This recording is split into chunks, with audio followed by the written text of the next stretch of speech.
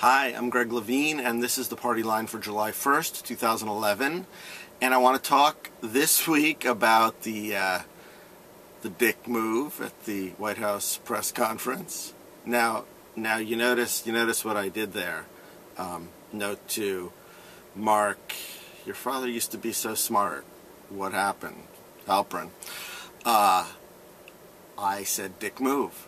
I did not say dick. I criticized the act, not the actor.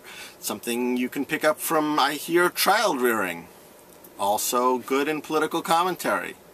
Probably not good on television when you telegraph it to show that it's some sort of premeditated shock moment as opposed to, you know, actual heartfelt analysis, which is what theoretically Mark Halperin was being paid for. That said, there was a dick move during the press conference. Not the one Mark Halperin was probably talking about. He was kind of upset that the president indicated, and I'm using indicated in that directorial term, you know, in other words, showing an emotion as opposed to really feeling an emotion. The president indicated a degree of annoyance with Republicans who perhaps not negotiating in good faith on the debt ceiling.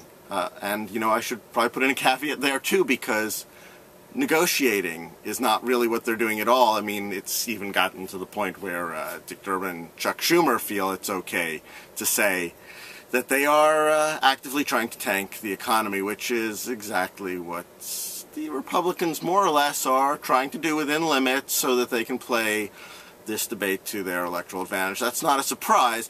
The surprise, of course, is that the White House has shocked the likes of Mr. Halperin by showing a little bit of annoyance with that. The bigger shock, really, though, is that the White House still thinks it has a way to play this, to negotiate, and this gets me back to the dick move, which is not the indicating, but the actions.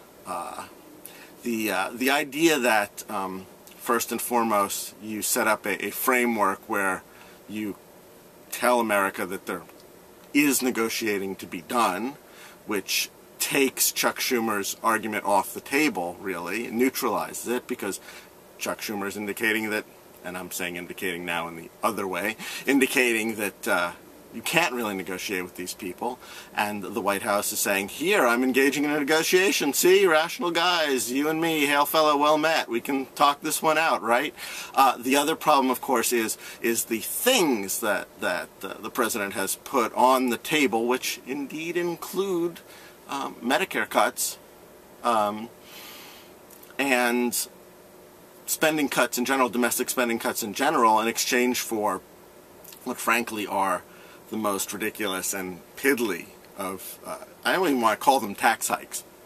They're like closing loophole stuff, not really serious talk about adjusting the income tax so that once again is a progressive instrument for funding the great things that a federal government can do when it actually wants to govern.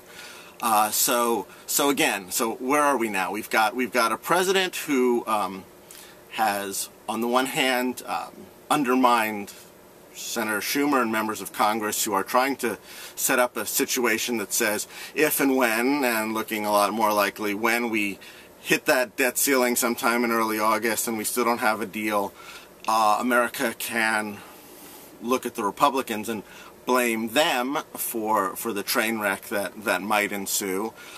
So the president is neutralizing that argument. The Democrats have also been spending, congressional Democrats that is, spending a lot of time since November of 2010 on the whole structuring the next campaign around the idea that Republicans are really the ones who want to hurt your Medicare and your Social Security.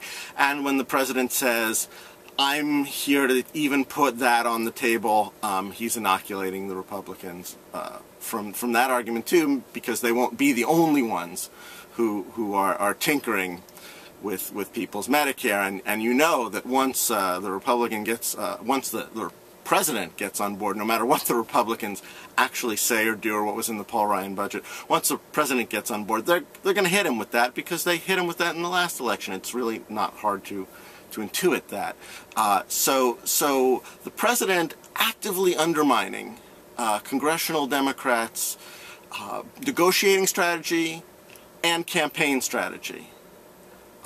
And by the way, when Chuck Schumer, appearing, supposedly was news, on Countdown on Thursday night, said that Medicare benefits and Medicaid benefits were off the table, and then Keith Olbermann repeated it as Medicare was off the table, obviously inaccurate, because it's very important to note when they say benefits, they're talking about the strictest sort of definition of that, and they don't think that, say, changing the age limit or means testing are tinkering with benefits, because there'll still be a certain segment that will get the same benefits they're getting today. So not really off the table either.